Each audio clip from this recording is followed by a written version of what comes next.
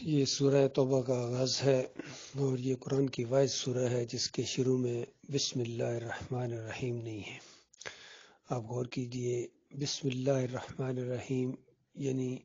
اللہ کے نام سے شروع کرنا جو انتہائی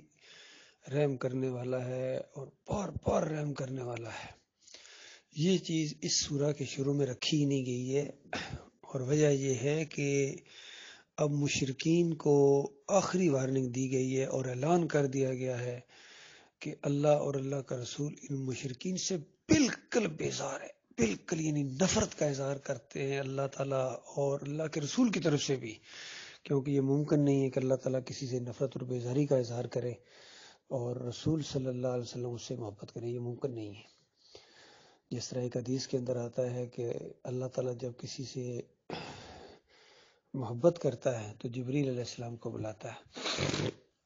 اور اللہ تعالیٰ کہتے ہیں کہ اے جبریل میں فلاں بن فلاں سے محبت کرتا ہوں، تو بھی اس سے محبت کر۔ اور پھر جبریل علیہ السلام اس بندے سے محبت کرتے ہیں یا اس قوم سے محبت کرتے ہیں، اور پھر سارے فرشتوں میں اعلان کر دیا جاتا ہے کہ سارے فرشتوں سنو، فلاں سے اللہ تعالیٰ محبت کرتا ہے، تم بھی اس سے محبت کرو۔ دیکھو، یہ ہے فرشتوں کا تعلق اللہ تعالیٰ سے کہ اللہ تعالیٰ جسے محبت کرتا ہے فرشتے آٹومیٹکلی اس سے محبت کرتے ہیں، یہ جانے بغیر کہ کیوں اور کیا کے چکروں میں نہیں پڑتے ہیں، کیونکہ ان کا ایمان ہے اللہ کے اوپر کہ اللہ تعالیٰ حکیم ہے، دانا ہے، پوری کائنات کا مالک ہے اور اس کا ہر فرمان حق ہے، اس کی ہر بات حق ہے۔ تو اس انداز سے ان کا ایمان ہے اللہ تعالیٰ کے اوپر، اور پھر وہ محبت دنیا والوں کے دلوں کے اندر بھی ڈال دی جاتی ہے۔ اسی طرح جب اللہ تعالیٰ کسی سے نفرت کرتا ہے تو جبریل علیہ السلام کو بلا کے کہتا ہے کہ جبریل میں فلاں بن فلاں سے نفرت کرتا ہوں، تم بھی اس سے نفرت کرو۔ تو جبریل علیہ السلام اس سے نفرت کرتے ہیں، اور پھر سارے فرشتوں میں یہ اعلان کر دیا جاتا ہے کہ سنو فرشتوں، اللہ تعالیٰ فلاں بن فلاں سے نفرت کرتا ہے، یا کوئی قوم ہے یا کوئی فرد ہے، تم بھی اس سے نفرت کرو۔ اور پھر وہ نفرت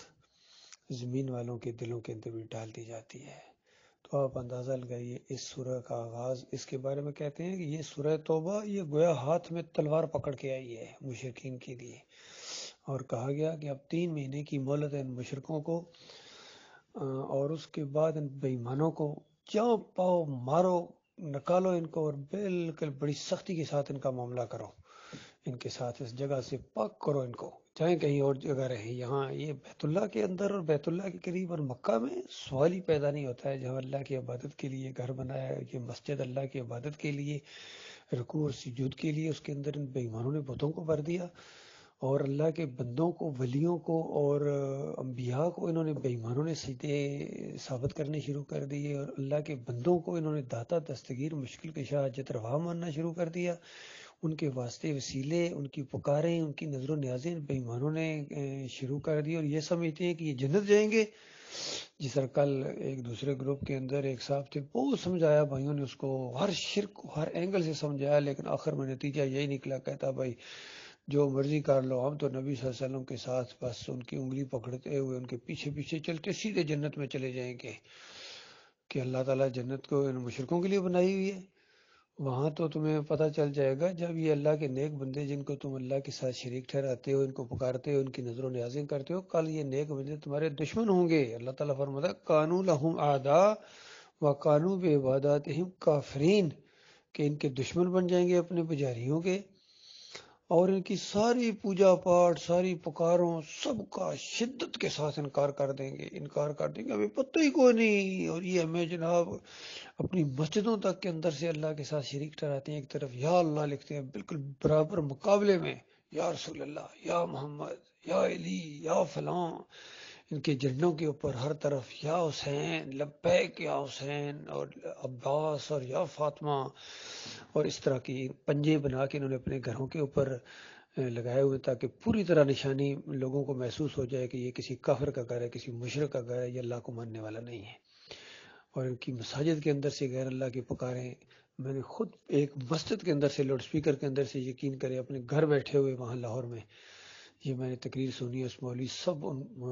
جو اس کے سامنے مرید اس کے بیٹھے ہوئے تھے، ان کو کہہ رہا تم سارے عبد القادر جیلانی کے کتے ہو، اور پھر اس نے تصدیق آئی کہ ہو نا، پھر لاؤڈ اسپیکر کے اندر سے آواز آئی، سب بے ایمانوں نے کہا ہم ہیں. اور پھر اس نے مثال دی کہ دیکھو جب میونسپل کمیٹی والے کتوں کو مارتے ہیں نا، تو جس کتے کے گلے میں پٹا پڑا ہوا ہو اس کو نہیں مارتے ہیں، چونکہ یہ پالتو ہے. اعلان بھی کر دیا جاتا ہے کہ جن کا کوئی پالتو کتا ہے اس کے گلے میں پٹا ڈال دو، کیونکہ میونسپل کمیٹی والے آ رہے ہیں، باقی سارے کتوں کو وہ مار کے وہ ٹرکوں میں ڈال کے لے جاتے ہیں. تو اس نے یہ مثال دی کہ دیکھو جس کے گلے میں پٹا پڑا ہوا ہو اس کو میونسپل کمیٹی والے نہیں مارتے ہیں، اس لیے تم سب عبد القادر جیلانی کے کتے ہو، اور تم سب کے گلے کے اندر پٹا پڑا ہوا ہے عبد القادر جیلانی کا، لہذا تمہیں کوئی فرشتے بھی قبر کے اندر یا کہاں جہاں بھی وہ حساب کتاب ہوتا ہے وہاں نہیں، تمہیں کچھ بھی نہیں کہیں گے، کیونکہ تم عبد القادر جیلانی کے کتے ہو. تو آپ اندازہ لگائیے یہ بدتر مخلوق بن گئی. واقعی اللہ نے صحیح کہا ہے، ثم رددناہ اسفل سافلین، کہ ان کو اللہ تعالیٰ نے بہترین مخلوق بنایا تھا یہ، لیکن یہ اسفل السافلین بن گئے، سب نیچوں سے نیچ بن گئے. حتیٰ کہ ان دیوبندیوں کی کتابوں کے اندر، یہ تبلیغی نصاب کے اندر بھی اگر آپ آخر میں آخری صفحے ان کی جو لکھی ہوئی ہیں نظمیں لکھی ہوئی ہیں، زکریا صاحب نے لکھی ہیں، اور قاسم نانوتوی کی اور اعلیٰ حضرت کی، جس کے اندر انہوں نے یہاں تک لکھ دیا کہ اگر ہمیں مدینے کے کتوں کے اندر اگر شمار کر لیا جائے تو ہم سمجھیں گے کہ ہم سے بڑا خوش قسمت کون ہے. تو بتاؤ یہ عالم دین ہے. اصل میں یہ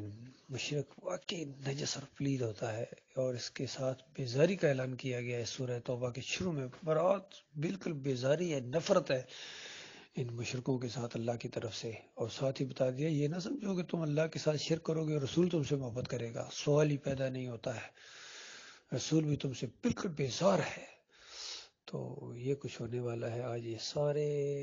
یہ مسلمان مشرک بن گئے، ان کی اکثریت مشرک بن گئی. کوئی کروڑوں میں ایک ہو تو ہو یہ معاملہ ہے، ورنہ کوئی مسلک ایسا نہیں ہے. بریلوی ہوں، دیوبندی ہوں، اہل حدیث ہوں، سلفی ہوں، جو بھی ہیں، چشتی، قادری، نقشبندی، ایک سے ایک بڑھ کر مشرک ہے، ایک سے ایک بڑھ کر مشرک ہے. اور یہی وجہ ہے آج انہوں نے ساری دنیا کے اندر یہ شرک پھیلا دیا ہے. اور یہ ہے سارے دکاندار ہیں، یقین کریں، یہ دین کو بیچتے ہیں، یہ نماز پڑھانے کے پیسے لیتے ہیں، اذان دینے کے پیسے لیتے ہیں. انہوں نے سیکھے ہوئے ساری چیزیں خالص ایک پیشے کے طور کے اوپر کمائی کا ذریعہ بنایا ہے انہوں نے. چاہے عربی مولوی ہوں، چاہے اجمی مولوی ہوں، سارے کے سارے مدینہ کا وہ مدینہ یونیورسٹی کا پڑھا ہوا ہو یا جامع ازہر کا فارغ التحصیل ہو،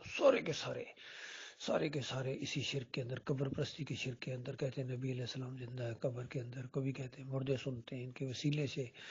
ان کے رکوع سجدے ثابت کرتے ہیں.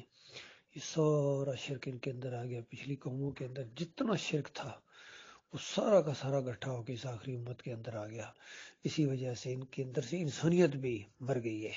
ابھی دیکھیں چند دن پہلے یہ جنہوں نے ایک بندے کو کس طریقے سے جلایا، کس طریقے سے مارا، ان کے اندر وہ ایمان کی رمق ہی نہیں ہے، ان کو احساس ہی نہیں ہے ان کے دماغوں کے اندر، ان مولویوں نے. اور حیرت ہوتی ہے مولوی کسی کے قابو میں نہیں آتے. اصل میں ان کے اندر جرت ہی نہیں ہے، جن کا کام تھا پکڑنا یہ خود مشرک ہے. ان کے عقیدے کے اندر شرک ہے، ان کو حق اور باطل کی پہچان ہی نہیں ہے، یقین کریں. اور اس وجہ سے آج یہ پوری دنیا کے اندر ان کی درگت بنی ہوئی ہے. بہرحال وہ جو حدیث کے اندر آتا ہے کہ اسلام کا غلبہ ہوگا پوری زمین کے اوپر، ایک بھی کافر مشرک نہیں رہے گا، یہ بات بالکل سچی ہے. لیکن اس سے پہلے جو ایک آزمائش اور ایک اللہ کے عذاب اور قہر و غضب سے ان مسلمانوں نے گزرنا ہے، اس کا آغاز ایسا لگتا ہے اب ہو گیا ہے. ہر طرف ان کو مار پڑے گی، اس قدر ان کو ذلت اور خواری کے اندر، کیونکہ اللہ نے پہلے ہی کیا دیا تھا، فتؤمنون ببعض الکتاب وتکفرون ببعض، کتاب کے کچھ حصے کو مانتے اور کچھ حصے کو نہیں مانتے ہو. کیا سزا ہو سکتی ہے ایسے لوگوں کی؟ اور اس کے علاوہ کوئی سزا نہیں ہو سکتی ہے کہ دنیا کے اندر ذلت اور خواری اور آخرت میں اشد العذاب. وہ کچھ اب ان مسلمانوں کے ساتھ ہونے والا ہے. کچھ کو مانتے ہیں، کچھ کو نہیں مانتے، اور خاص کر توحید کے اندر ان کے شرک آ گیا. اللہ کے وحدانیت کے اندر انہوں نے اللہ کے بندوں کو شریک ٹھہرایا. کوئی مسلک، کوئی ملک اس زمین کے اوپر نہیں ہے جس کے اندر ایمان اور عقیدے کے حوالے سے بالکل صاف اور پاک ہو. اللہ تعالیٰ غور و فکر کرنے کی توفیق عطا فرمائے. بہرحال پھر بھی اللہ تعالیٰ کی رحمت سے مایوس نہیں ہے. مالک کی رحمت و شفقت سے یہ توحید کی دعوت اٹھی ہے ایسا ملک پاکستان سے. انشاءاللہ صحیح معنوں میں اس کو پاکستان بنایا جائے گا. یہ نعرہ اگرچہ ناسمجھی کے اندر انہوں نے یا بغیر جانتے بوجھتے لگایا تھا، لیکن بات حقیقت ہے کہ پاکستان کا مطلب کیا. لا الہ الا اللہ پاکستان بنا ہے، انشاءاللہ اس کے اندر اللہ کے علاوہ کسی کو بھی نہیں پوجا جائے گا، کسی کو بھی نہیں پکارا جائے گا، خالص اللہ کی بندگی ہوگی، اور بالکل اس خطے کو پہلے پاک کیا جائے گا شرک سے، کفر سے، ہر مزار سے، ہر بت سے، ہر درگاہ سے، یہ سب گراؤنڈ کر دیے جائیں گے انشاءاللہ۔ کوئی اللہ کے علاوہ کسی کو پکارنے والا نہیں ہوگا، نہ رکوع اور سجدے کرنے والا ہوگا اللہ کے علاوہ کسی اور کو، نہ رکوع اور سجدے کرنے والے ہوں گے، اور نہ رکوع اور سجدے ثابت کرنے والے ہوں گے، کیونکہ ان مولویوں بے ایمانوں نے، مفسرین مشرکین مفسرین نے اپنی تفسیروں کے اندر شرک اور کفر کے انجیکشن لگائے ہیں۔ جس طرح محمود الحسن کتنے بڑے عالم دین ہیں، لیکن سورہ فاتحہ کی پہلے صفحے کے اوپر، قرآن کے پہلے صفحے کے اوپر جو کڑاکے کی توحید کی آتی ہے، اس کو اس بے ایمان نے شرک کے اندر بدلی کر دیا۔ کہتے ہیں اللہ کے مقبول بندوں کو خالص واسطہ رحمت الہی سمجھ کر، غیر مستقل جانتے ہوئے عارضی طور پر اگر اس سے استعانت ظاہری کر لی جائے تو یہ بھی ایاک نعبد و ایاک نستعین کے اندر آتا ہے۔ یہ تفسیر شبیر احمد عثمانی، جس کی پہلے 2.5 پارے محمود الحسن نے کی اور باقی پایا تکمیل تک اس نے پہنچائی، انہوں نے شرک کے اندر بدلی کر دیا اللہ کی کتاب کو۔ یہی کچھ اس سے پہلے اعلیٰ حضرت نے کیا تھا، ربو اللہ نے، اور پھر توحید کی جماعت کے اندر تفسیر لکھنے والے کہ دعوت القرآن محمد حنیف نے دوسری جلد کے اندر سورہ یوسف کی جب تفسیر کی تو اس مشرک نے بھی سجدے کا رخ اللہ کی طرف سے، جو سجدہ شکر تھا، پورے خاندان نے اللہ کو سجدہ شکر کیا تھا، ان نعمتوں کی وجہ سے، ان رحمتوں اور برکتوں کی وجہ سے اللہ کو سجدہ شکر کیا تھا سب نے مل کے، اس کا رخ اس نے یوسف علیہ السلام کی طرف پھیر دیا کہ پورے خاندان نے، نبی سمیت، نبی زادوں نے اور نبی کی ماں نے بھی اپنے یعنی بیٹے کو سجدہ کیا۔ اندازہ لگائی اس کی اس طرح مت ماری گئی، اس بے ایمان کی اس طرح شرک کا انجیکشن دے دیا، اس مومنوں کی جماعت کے اندر کافر مشرک بنا دیا۔